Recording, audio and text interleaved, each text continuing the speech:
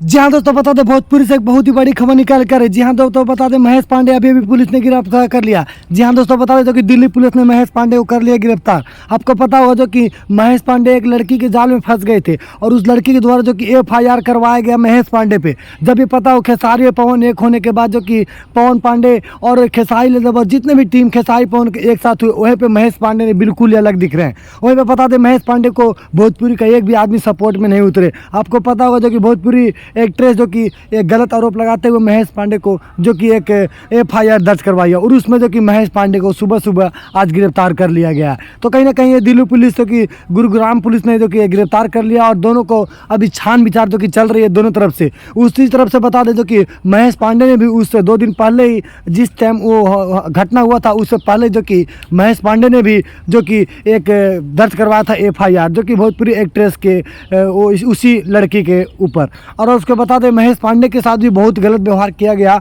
जो कि भोजपुरी के कुछ यूट्यूबरों के द्वारा, और बता दें भोजपुरी का कुछ आदमी के द्वारा ही जो कि महेश पांडे के गलत वीडियो जो कि सोशल मीडिया पे जो कि वायरल भी किया गया। तो कहीं ना कहीं महेश पांडे को भी पुलिस भी एक्शन लेगी। दोनों का भी छान विचार चल रही है। जब तक के लिए अगर आगे खबर आती है तो हम आपको देने का प्रयास करेंगे। चलिए मिलते फिर।